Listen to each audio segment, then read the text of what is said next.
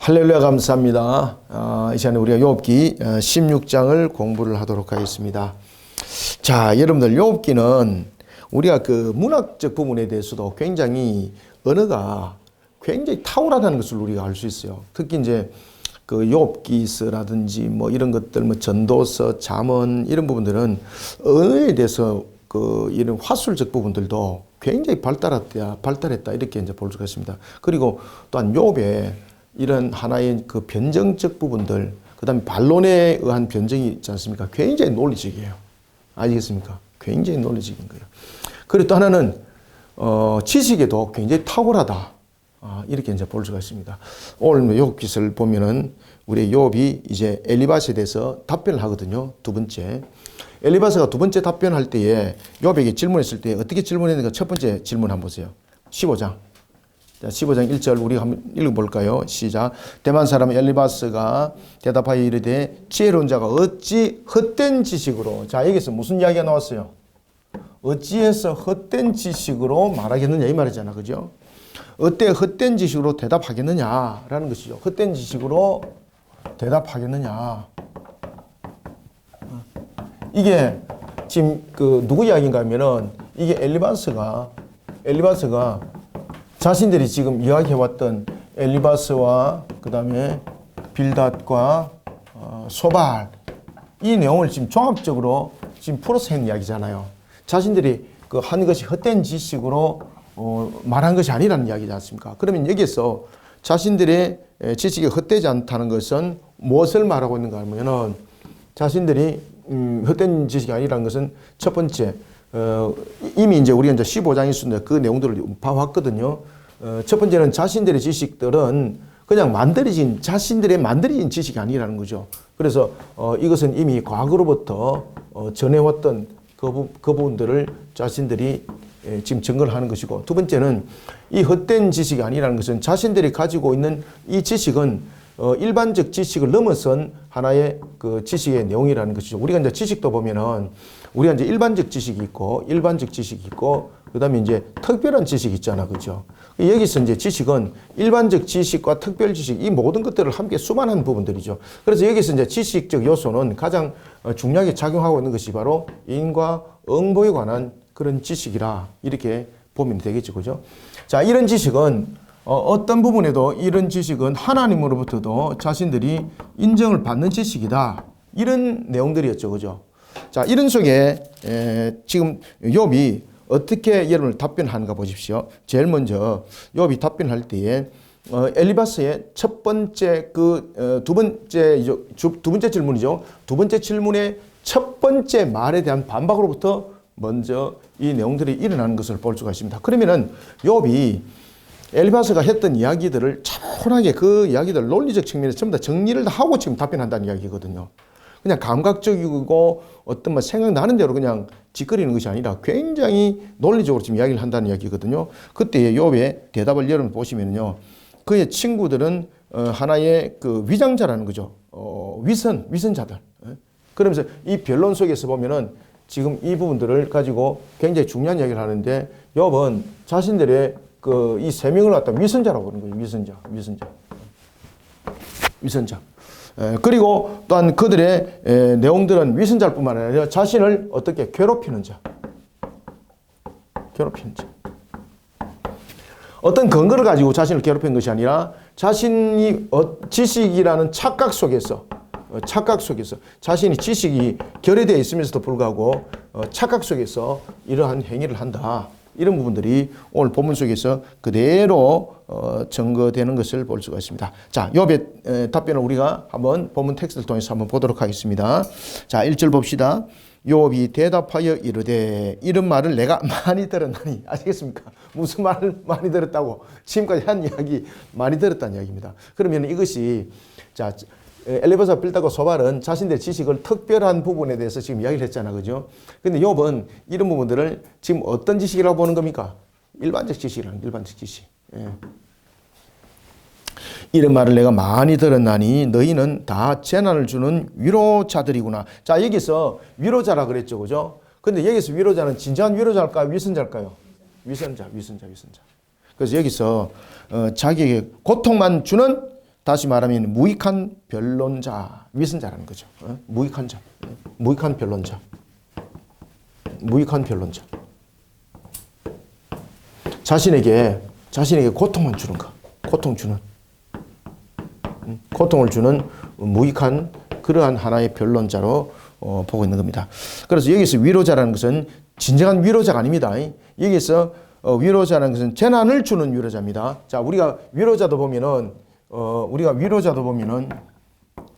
위로자는 어떤 환경에 대해서 여러 가지 문제에 대해서 그리고 문제라는 이런 사건을 통해서 이 부분들을 풀 수 있는 부분에서 접근해야지 위로자잖아, 그죠? 근데 여기서 위로자는 지금 어떤 위로자로 나타났습니까? 그렇죠. 재난을 주는 위로자. 여러분, 재난을 주는 위로자가 있습니까?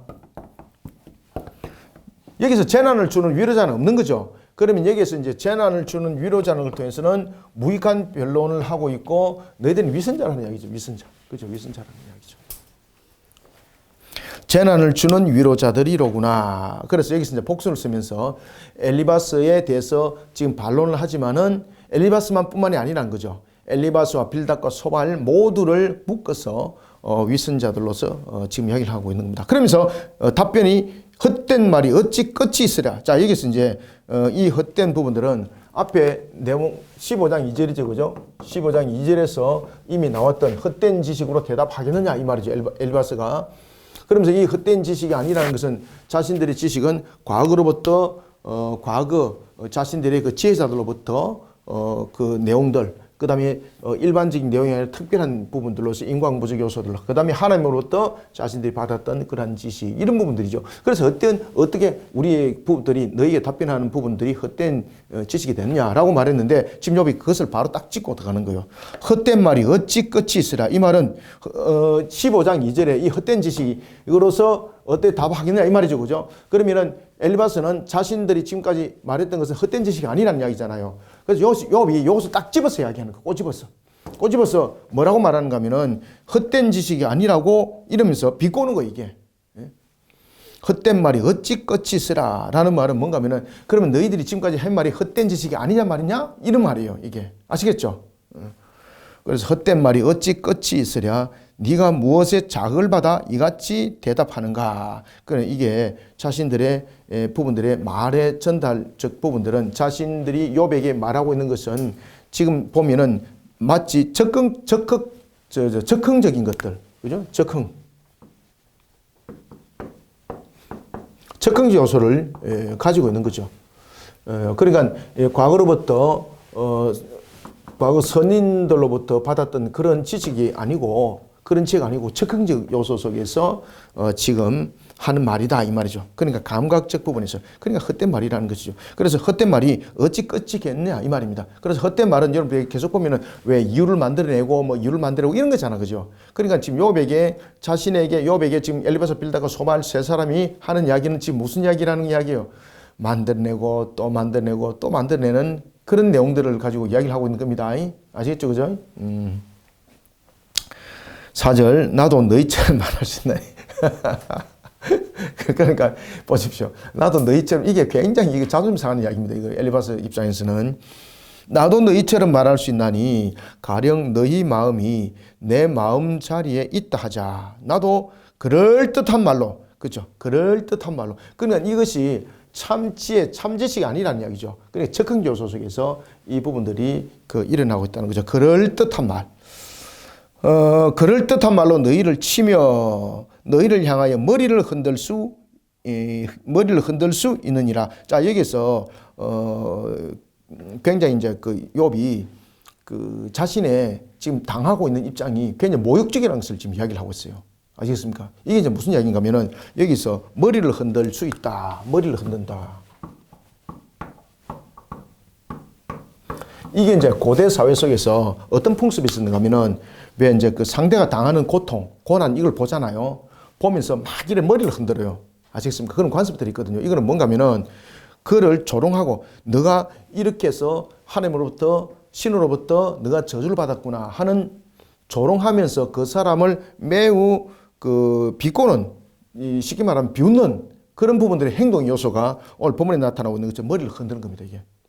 그래서 지금 욥은 이러한 하나의 노골적인 부분에 대해서 지금 조롱을 당하고 있다는 이야기입니다.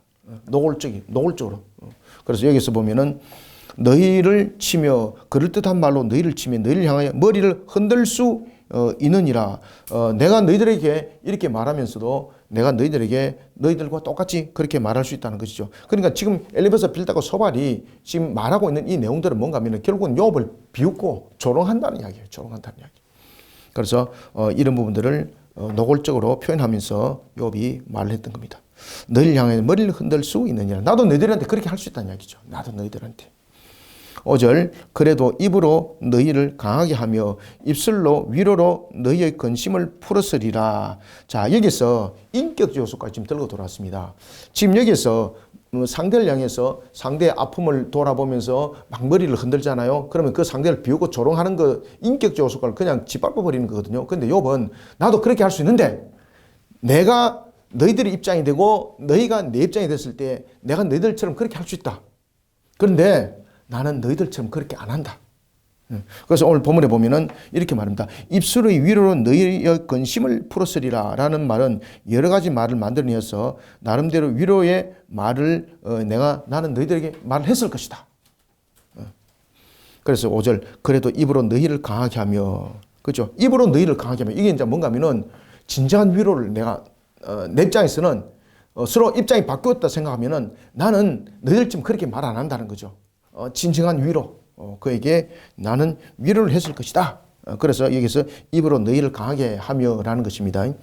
입술의 위로로 너희의 근심을 풀었으리라 라는 것이죠.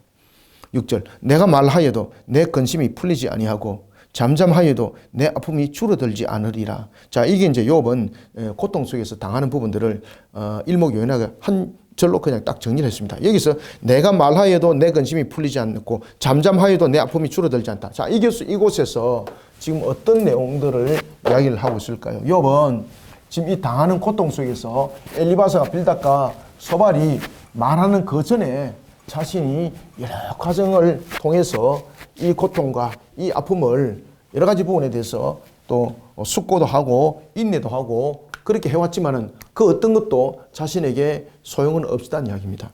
그래서 여기서 보면은 내 근심을 풀지 아니하고 잠잠하여도 내 아픔이 줄어들지 않았다. 자, 근심을 풀지 않고 잠잠하였지만은 모든 문제는 풀지 않아졌다라는 것입니다. 첫 번째는 이 내용은 이미 앞에서 욥의 환경을 통해서 일어났던 이야기, 욥의 기도 속에서 나타났던 이야기들이 이 속에 전부 다 함축되어 있습니다. 자, 여기서 자신이 근심하였지만은 근심을 풀리지 않았고 잠잠했지만은 아픔은 줄어들지 않았다는 겁니다. 그럼 이 속에서 욥은 고통 중에서 첫 번째 자신의 입을 스스로 잠잠하게 만들었다는 이야기입니다. 처음부터 막 이렇게 막 자신에 대해서 나는 억울합니다 이런 이야기 처음부터 안 했다는 이야기죠. 그래서 여러분 보시면은 왜 욥이 이 자신의 그 자녀와 재산들이 다 무너졌을 때에 그가 어떤 기도를 했나요? 주신 분도 여호와요, 취하신 분도 여호와라 그랬지 않습니까? 그래서 첫 번째는 욥은 고통 속에서도 어떻게 했다는 겁니까? 그렇죠. 처음에는 잠잠했다는 겁니다. 잠잠했다는 겁니다. 그리고 기다렸지만은 아무 효과가 없었다. 아무 효과가 없었다. 전부 다 모든 것은 무르고 끝나고 있었다. 그 다음에 두 번째는 입을 벌려서 토로하게 됐다. 그래서 잠잠하여서 안 돼서 입으로 해서 토로하게 됐다. 그렇지만은 모든 부분에 대해서 여전히 또 문제가 해결되질 않았다. 그 다음에는 영혼이 고통 중에서도 말했다는 거죠. 세 번째는 영혼이 고통 중에서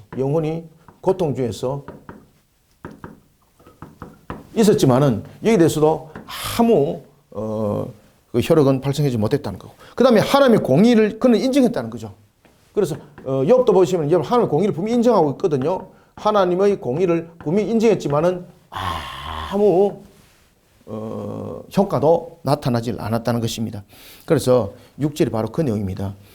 내가 말하여도 내 근심이 풀리지 아니하고 잠잠하여도 내 아픔이 줄어들지 않으리라. 이거는 뭔가 하면은 욥이 지금 당했던 가정이 무너짐을 당하고 온 재산이 전부 다 사라지고 그 다음에 자신의 심지어 건강조차도 무너짐을 당했죠. 그죠?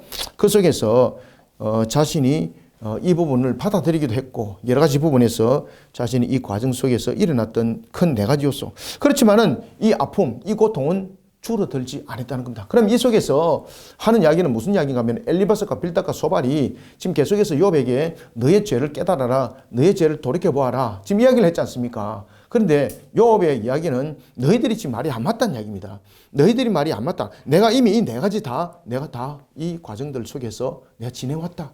그렇지만은 내 고통, 이 아픔들은 여전히 그대로 남아있다, 안 남아있다? 남아있다.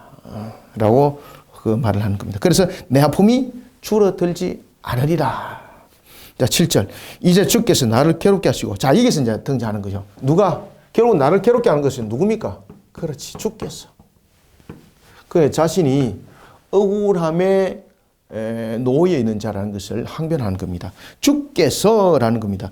이제 주께서 나를 피로하게 하시고 나의 온 집안을 패망하게 하셨나이다. 자, 여기서 욥의 이 부분들이 하나의 또 나타남이 있는데, 자, 이런 부분에서 욥은 보면은, 자, 첫 번째는 이와 같이 인내함 속에서, 이게 이제 인과응보 신앙 속에서 요 반응한 거거든요. 이거는 아시겠죠, 그죠? 욥이 요 네 가지 반응한 것은 인과응보 속에서 이렇게 반응한 거예요. 인과응보 속에서 반응했는데 하나님께서 답이 있다 없다. 본인이 답을 해야 하는 거거든요. 근데 답을 안 한 거예요, 하나님께서. 그럼 이거는 문제가 있는 거지 않습니까? 그러니까 엘리바스와 빌닷과 소발이 자신을 괴롭힌 자다, 착각하지 마라, 너희들이 위선자다, 이미 자신이 다 이거 다 해봤다는 이야기죠. 그렇지만 하나님께서 그렇게 응답하지 않았다는 거죠. 그러면은 나의 지금 이 고통은 분명히 어디로부터 오는가라는 것은 하나님으로부터 왔다는 것이거든요. 그래서 이것은 7절 이제 주께서 나를 피로하게 하시고 나의 온 집안을 패망하게 하셨나이다. 그러니까 자신의 건강이 무너지는 것, 온 집안이 무너진 것, 재산이 모든 것들이 몰락하게 되었던 것들, 이런 부분에 대해서 원인들이 주께서라는 거예요. 그러니까 이 하나님께서 이렇게 하셨던 이 모든 내용들 속에는 보면은 하나님의 공의를 인정하고 있었죠. 그죠? 욥이. 그러나 그럼에도 불구하고 이 공의의 적용이 잘못되었다는 거죠. 공의의 적용이. 욥은 계속해서 그 주장이에요. 자, 이 속에서 우리가 욥이 원망 속에서 느껴지는 이제 한계적 부분들도 우리가 이 속에서 이제 비춰볼 수 있어요. 욥도 여러분들 보시면은 자신의 신앙 속에서 완전히 담아내지 못했잖아요. 욥이 결국은 하나님으로부터 시험받는 이유가 무엇입니까? 하나님을 향한 온전한 신앙 속에 세워지는 과정 속에 지금 이 내용들이 주어지는 거거든요. 그러면 우리는 이 지금 욥의 이 내용 6절과 7절 통해서 욥일 뿐만 아니라 우리의 모습들을 딱 들어볼 수 있어야 되는 거예요. 그것은 무엇인가 하면은, 자, 욥의 원망 속에서 보면은 분명히 피조물은, 인간인 피조물은 한계성을 가지고 있다는 것을 우리가 알 수가 있겠죠. 하나님의 섭리에 대해서 충분하게 이해를 하고 있나요? 못하나요? 못하죠. 그죠? 아시겠습니까? 그래서 우리가 때로는 시험을 당할 때에 마귀의 유혹으로 당하는 시험이 아니고 하나님으로부터 당하는 이런 시험은 때로는 하나님께서 우리를 더욱더 신앙으로 성장시키는 속에 있는 거잖아요. 근데 우리가 이해를 잘 못하는 거예요. 아시겠습니까? 이해를 못하는 거예요. 딱 욥이 딱 그랬어요. 욥이. 그래서 우리는 항상 무엇을 깨달으셔야 되는가 하면은, 우리는 하나님께서 섭리 가운데에 우리를 시험할 때도 우리는 그것을 충분하게 소화시킬 만한 그러한 하나의 우리의 이해력 있다 없다? 없습니다. 그래서 항상 그런 당하는 시험 속에서 항상 주님께서 뭘 하라 그랬어요? 뭘 하라 그랬냐고요? 여기 계시는 분들 대답 좀 해보세요. 쉬지 말고 기도하라 그랬잖아. 에이? 기도. 저를 따라합니다. 기도. 네. 사람들이 뭐 한 200명 되니까 막 소리가 막 하늘을 찌르네. 아시겠죠? 그래서 이 속에서 우리가 6절과 7절 속에서 우리가 딱 체크를 하면서 딱 감을 잡아야 될 것이 있어요. 지금 욥기서가 42장까지 가면서 전체적인 내용 속에서 욥에 대한 신앙의 훈련들이거든요. 이게 욥도 자신을 의인이라 그랬고 자신이 마치 완전한 것처럼 이렇게 돌아보는 거잖아요. 그런데 이 속에서 지금 욥도 보십시오. 이제 주께서 나를 피로하게 하셨고 나의 온 집안을 패망하게 하셨다. 그러니까 하나님의 공의는 분명히 인정하는데 섭리도 지금 인정하죠. 그런데 이 속에서 적용이 잘못됐다는 이야기잖아요. 이 속에서 하나님께서 왜 이 과정을 욥에게 줬는가를 욥은 이해를 한다 못한다? 못하는 거죠. 이게 우리의 모습이에요. 아시겠죠? 그래서 우리가 보면은 욥의 원망 속에서 우리 피조물인 인간이 가지는 한계를 우리는 이 속에서 직시할 수 있어야 돼. 그래서 때로는 하나님께서 우리에게 어떤 신앙 속에서 훈련을 시킬 때도 우리가 모든 것을 이해하고 가는 것은 아니에요. 아시겠죠?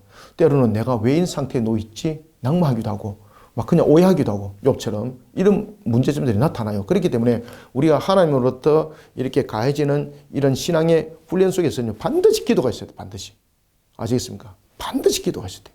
그럼 하나님께서 그 과정을 통해서 우리로 하여금 깨닫게 하시고 또 알게 하시고 또 달리가게 하시고 이런 모습이 되는 거예요.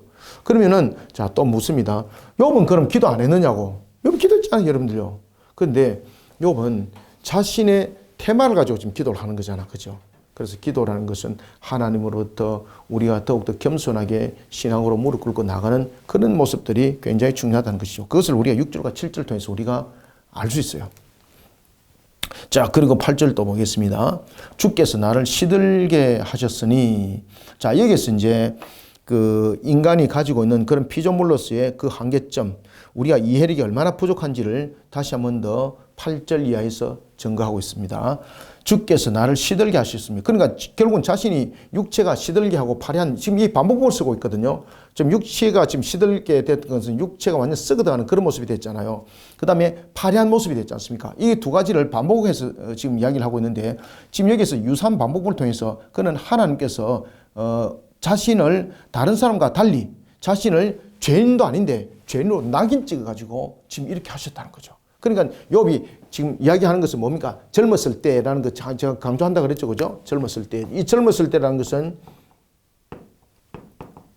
그 진짜로 뭐 젊고 이런 나이가 아니고 그 유아 때, 그죠? 약 한 14세 미만에 있을 때에 그때에 죄를 묻지 않는 때가 있거든요. 그 죄를 묻지 않는 때에 그 죄를 소급시켜서 위에 탁 올려놨다는 이야기예요. 그러면 죄는 반드시 공의에서 값이 있는 거잖아요. 그 죄에서의 죄에 의해서 당하는 것은 맞는 거예요. 욥도 그걸 인정해요. 그런데 욥이 뭐라고 말합니까? 내가 젊었을 때에 죄로 묻지 아니할 때에 죄가 뭔지 깨닫지 못할 그때에 그것을 하나님께서 소급시켜서 나에게 적용시킨 거 아닙니까? 그런데 그 억울함을 가지고 욥은 지금 토를 하는 거예요. 아시겠죠? 그래서 욥은 지금 이 속에서 하나님께서 나를 시들게 하고 파리하게 했다는 거죠. 어떻게? 죄인도 아니고, 다시 말하면은 이 소급 적용시키면 안 되는 이 부분들을 올려서 죄인으로 만들었고, 그러면 죄인으로 만들었던 것에 대해서는 하나님께서 분명히 공의 가운데서 그 괴로움을 주면서 낙인을 딱 찍어가지고 그렇게 했다는 것이죠. 그건 잘못된 적용. 그래서 불의한 공의를 말하고 있는 거예요, 이게. 주께서 나를 시들게 하셨으니. 그래서 여기서 주께서 나를 시들게 했다는 것은 잘못된 공의의 적용이에요. 알겠죠, 그죠? 잘못된 공의의 적용이에요. 분명히 공의는 맞아요. 그죠? 욥도 분명히 죄에 대해서는 무엇이 있다? 값이 있다. 이거는 절대 부인 안 해요, 욥은. 근데 욥이 말하고 있는 것은 지금 자신이 잘못된 적용을 당하고 있다. 잘못된 적용이라는 거예요. 잘못된 적용. 그래서 젊을 때에 이 부분들을 소급해서 적용한 것 아닙니까? 그러니까 법정에서 내려오셔서 하나님께서 나에게 그 부분들을 명확하게 말씀해 주십시오. 그런 내용들을 계속해서 토로하고 있지 않습니까, 욥이? 주께서 나를 시들게, 첫 번째 보세요. 나를 시들게 하셨으니 이는 나를 향하여 증거를 삼으심이라. 그죠? 나를 파리한 모습이 일어나서 대면하여 내 앞에서 정언하리다. 그러니까 하나님께서 나를 분명히 어릴 때에 나도 인식하지 못하는 부분들을 하나님께서는 그것을 탁 바라보고 있다가 그것을 소급시켜가지고 나를 죄인이라고 딱 만들어놓고 도장을 탁 찍었다는 거죠. 낙인했다는 거죠. 그래서 내가 지금 이렇게 당하고 있다는 겁니다. 내 앞에서 정언하리다. 9절. 그는 진노하사 나를 찢고 적대시하시며 나를 향하여 이를 갈고 원수가 되어 날카로운 눈초리로 나를 보시고. 이거는 하나님이 욥을 의도적으로 괴롭히고자 하는 것이, 괴롭히고자 했던 그 내용 속에 이 내용들을 말하고 있는 것도 아닙니다. 이 속에서 지금 말하고 있는 것은 뭔가 하면 자신이 지금 처한 비극적 상황, 이제는 더 이상 하나님의 자비와 사랑을 기대할 수 없는 그런 절망적 상황을 지금 묘사하고 있는 거예요, 이게. 아시겠죠? 지금 이것은 하나님께서 욥을 의도적으로 괴롭히고 그것을 절기 위한 내용 속에서 이 내용들을 말하고 있는 것이 아니고 자신이 처하고 있는 비극적 상황, 이제는 더 이상 하나님의 자비와 사랑을 받을 수 없는 그러한 처지에 임한 것을 이렇게 지금 표현한 거예요. 그러면 이렇게 되기까지는 무엇입니까? 그렇죠. 젊었을 때에 이런 부분들을, 이 부분들은 죄로 인정을 할 수 없는 때잖아요. 그죠? 이것을 소급 적용해가지고 그렇게 했다는 겁니다. 그렇기 때문에 이제 더 이상 하나님께 내가 자비를 구할 수 있나요? 용서를 구할 수 있나요? 하나님 사랑이 내게 임하겠습니까? 왜? 하나님께서 이 적용을 이렇게 소급 적용해서 했는데, 그죠? 그러니까 더 이상 내가 하나님 앞에 자비도 그리고 용서도 사랑도 받을 수가 없는, 그러니까 그 부분들을 지금 이 부분들로서 비유로 이렇게 표현을 한 겁니다. 그는 진노하사 나를 찢고 적대시하시며 나를 향하여 이를 갈고 원수가 되어 날카로운 눈초리로 나를 보시고. 이 말은 무슨 말이라고요? 하나님께서 욥을 괴롭히는 것을 즐긴다 이 뜻이 아닙니다. 이 말은 무슨 말입니까? 내가 이제 더 이상 하나님으로부터 자비와 용서와 사랑을 받을 수 있는 모습이 처지가 된다 못 된다? 못 된다는 거죠. 왜? 하나님께서 이것을 소급 적용해서 공의를 지금 적용을 했기 때문이라는 것이죠. 그렇기 때문에 욥은 자신이 고통 가운데서 잠잠하고 토로하고 영혼의 고통 가운데서도 이렇게 했지만은 모든 부분들이 응답이 없었다는 이야기죠. 그죠?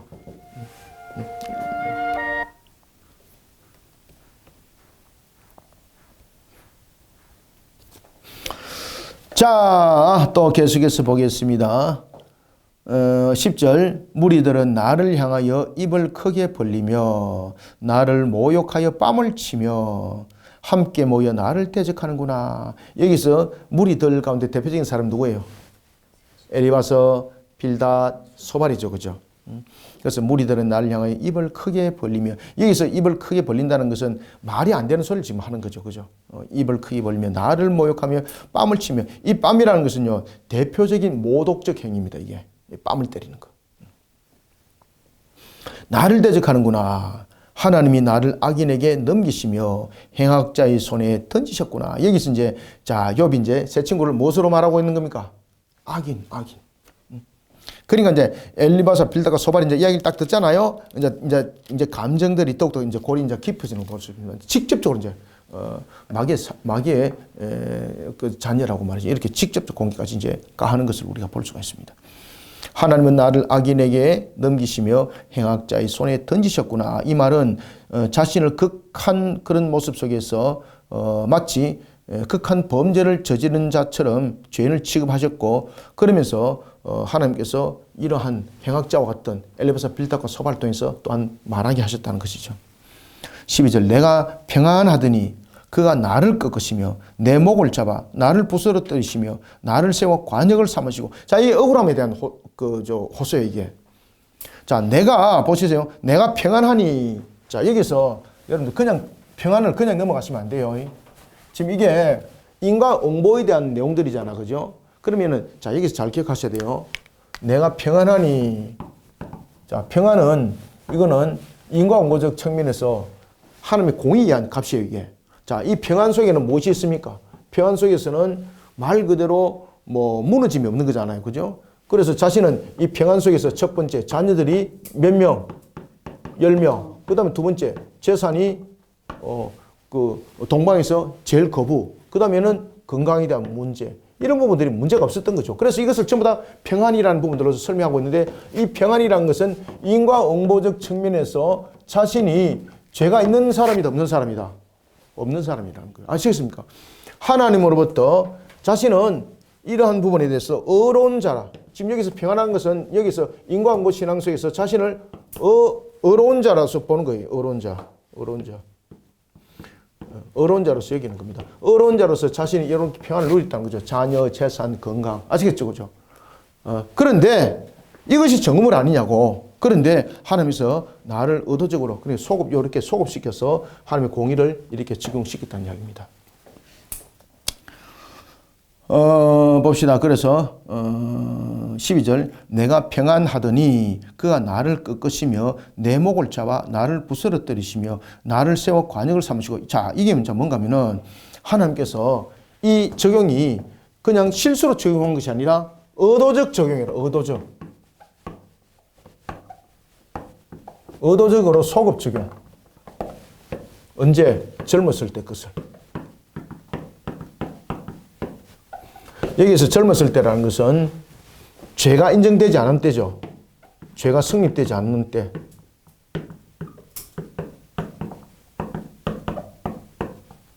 지금 욥의 인과응보 신앙은 이런 부분들을 놓치고 가시면 안 돼요, 여러분들요. 예. 그래서 이게 지금 의도적으로 적용했다는 거죠. 다시 말하면 소급해서 이렇게 하나님께서 적용하셔서 이 의도적인 것을 공의를 통해서 이렇게 그 적용을 했다는 것입니다. 그러니까 얼마나 억울하겠냐 이 말입니다. 그래서 자신의 모습은 마치 어떤 모습이다? 관역과 같다. 여러분, 관역은 화살 속에서 관역은 딱 의도적으로 나눠놓는 거잖아. 그죠? 관역이 움직이나요? 그렇죠. 못 움직이잖아. 바로 자신이 그런 모습이 됐다는 겁니다. 그래서 이 관역이라는 것은 움직이지 못하는 상태거든요. 화살이 쏘면은 화살을 맞게끔 돼 있거든요. 관역이 움직이는 것 아니잖아. 그래서 이 관역을 통해서는 이런 의도적인 소급 적용, 자신이 젊었을 때라는 죄가 성립되지 않았을 때의 이 내용들, 자신도 알지 못하는 그 죄, 자신이 알지도 못하는 죄를 소급 적용시켜서 관역을 만들었다는 얘기입니다. 관역. 자, 욥은 앞 시간도 제가 이제 계속해서 반복적으로 말씀드렸는데, 욥은 자신이 의로운자라고 인정할 수밖에 없는 부분들을 크게 두 가지로 본다 그랬죠. 그죠? 첫 번째는 이와 같이 자녀, 재산, 건강에 대한 부분들이 있고, 그 다음에 항상 그가 무엇을 드리는 자였다? 항상 제사. 인과응보 신앙에서 제일 중요한 것이 무엇이라 그랬습니까? 제사. 제사가 이제 뭔가 하면은 자신이 이제 죄를 알지 못하는 죄까지 전부 다 하나님 앞에 용서를 구하는 것이 인과응보 신앙에서 굉장히 중요한 거예요. 그렇기 때문에 욥은 자신의 자녀들이 생일잔치를 벌렸을 때도, 잔치를 벌렸을 때도 그 죄가 눈에 보이지 않는 죄까지 항상 제사를 지냈다고 그랬지 않습니까? 그런 부분에서 자신은 어렵다는 거죠. 왜 그런가 하면 인과응보적 부분에서 그 죄를 회개하고 그 죄에 대해서 빌었을 때에 하나님께서는 그것을 받아주시고 용서하심이 되고, 이런 부분들이 공의적 적용이거든요. 이런 부분에서 자신은 어떤 부분들도 죄를 지은 적이 없다는 거죠. 그러니까 지금 여기서 나를 관역 삼았다는 것은 죄로 인정되지 않은 이때에, 자신이 어릴 때에 생각도 못하고 있는 그 부분들을 소급 적용시켜서 자신을 관역을 삼았다는 거예요. 그것은 움직이지 못하는 거죠. 관역. 그래서 화살을 쏘았다는 겁니다. 그리고 목을 잡았다. 이것도 똑같은 말입니다. 그래, 의도적인 내용들을 지금 담고 있다는 말입니다. 의도적인. 내가 12절 내가 평안하더니 그가 나를 끄으시며 내 목을 잡아 나를 부서뜨리시며 나를 세워 관역을 삼으시고 그의 화살들이 사방에서 날아와 사정없이 나를 쏘므로. 여기서 이제 화살들은 뭡니까? 화살들은 공의 값입니다. 공의 값. 이게 값입니다. 이게 공의 값. 인과응보적 측면에서 이 공의 값이 이 화살입니다. 화살. 화살은 집행하는 거잖아요. 집행.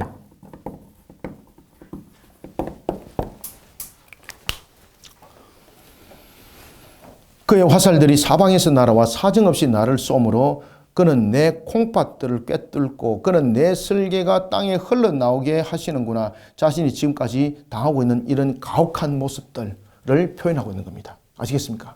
지금 자신이 당하고 있는 이 고난, 너무나도 가혹하고 그리고 너무나도 잔인하다는 겁니다. 그죠? 그래서 내 슬개가 땅에 흘러나오게 하는구나 라는 걸 통해서 그런 가혹함과 그런 잔인함을 자신이 당하지 않아야 될 그 고통에 지금 놓여 있다라는 것을 말하고 있습니다. 자, 14절. 그가 나를 치고 다시 치며 용사같이 내게 달려드시니. 이게 하나님의 공격이죠. 하나님의 공격 앞에 자신이 할 수 있는 것은 무엇입니까? 그렇죠. 속수무책. 지금 모든 것에 대해서 자신은 속수무책 상태 속에 있다는 거예요.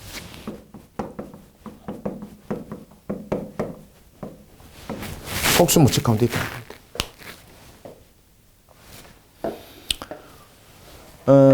보겠습니다. 15절. 그가 굵은 배를 꿰매어 내 피부에 덮고 내 뿔을 티끌에 더럽혔구나. 자, 여기서 뿔은 무엇입니까? 뿔은 이게 이제 뿔은 사회적 권위. 지금 욥의 입장으로 봅니다.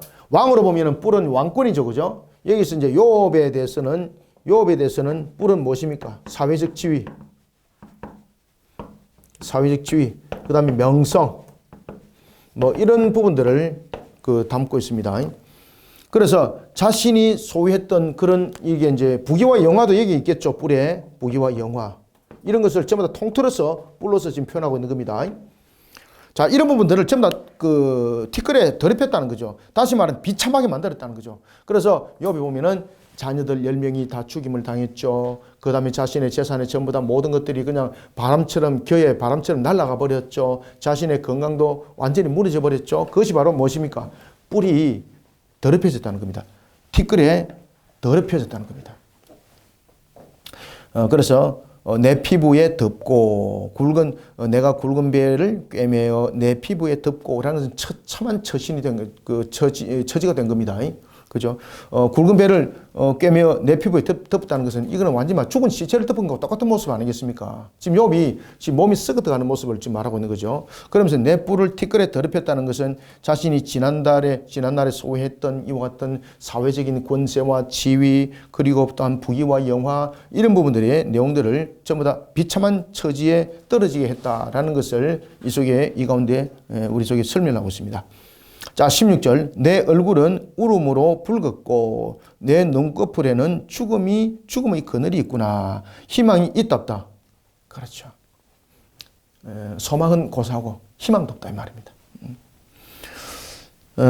그러나 내 손에는 포악이 없고 나의 기도는 정결하니라. 자, 그럼에도 불구하고 자신의 그 행위에 대해서 지금 이야기를 합니다. 내 손에는 이라는 것은 자신이 지금도 포악이 없다는 겁니다. 그러니까 자신이 어떤 행위 속에도 자신은 그 죄를 담아낼 수 있는 것들은 아무것도 요소가 없다는 겁니다. 심지어 나의 기도는 정결하다는 거죠. 지금 하나님 앞에 그가 구하고 있는 기도, 이 모든 것들을 함께 보라는 거죠. 그러니까 내 손에는 포악이 없고 나의 기도는 정결하다고 말을 하는 겁니다. 아시겠죠? 그죠? 자, 그럼에도 불구하고 나는 지금 어떤 상태에 놓여 있을까? 심지어 나는 내가 억울하지 않다. 내가 참 이러한 환경 속에 내가 이런 고통 속에 놓여 있을 이유가 없다. 그 정인도 있다. 자, 정인을 됩니다. 누굴 정인을 됐을까요? 사람으로 정인을 되면은 사람은 거짓말할 수 있잖아요. 그 욥이 그걸 잘 알고 있죠. 욥이 누구를 정인을 삼았을까? 두 가지를 정인을 삼습니다. 나에게도 정인이 있습니다. 내가 지금까지 어떻게 살아왔는지, 내가 정말로 의인인지 불의한 자인지, 그리고 이러한 환경 속에 내가 심판을 당하고 있어야 되는지 나에게도 정인이 있습니다. 이게 완전 법적 정인의 호술이죠. 자, 욥은 자신에 대한 정인을 두 가지로 표현합니다. 특히 정인은 거짓말을 할 수 있는 요소가 생기면 안 되잖아요. 그래서 여기서 사람으로 정인을 내세우지 않습니다. 욥은 충분하게 사람을 정인으로 내세울 수 있겠죠. 그죠? 왜 그러냐면 동방에서도 의인이라 부름을 받았고 그러면은 일반적으로 공개적으로 사람들이 자신의 정인이 될 수 있는 거잖아요. 근데 그 정인은 두세 사람이라를 통해서 완전함이 아니지 않습니까? 그죠? 그리고 그 정인들도 거짓말 할 수 있는 정인이지 않습니까? 그러면 하나님께서 계속해서 시비를 걸 수 있는 거죠. 하나님께서 시비를 걸 수 없는 정인이 딱 두 정인이 있습니다. 무엇이겠습니까? 땅과 하나님 자신입니다. 땅과 하나님. 정인으로 둘을 호출하는데 그가 바로 땅과 하나님입니다. 여러분들, 땅은 모든 부분에 대해서 우리가 나타나고 있는 일상적 부분에 대해서 이것은 피조 세계에 대해서 피조물 가운데서 정인이 될 수 있고 하나님은 창조주로서의 모든 것에 대해서 만들으신 분만 아니라 모든 것을 아시는 분이죠. 그렇기 때문에 땅과 하나님이 정인이 된다는 것은 완전한 정인이죠. 이게 완전한 정인입니다.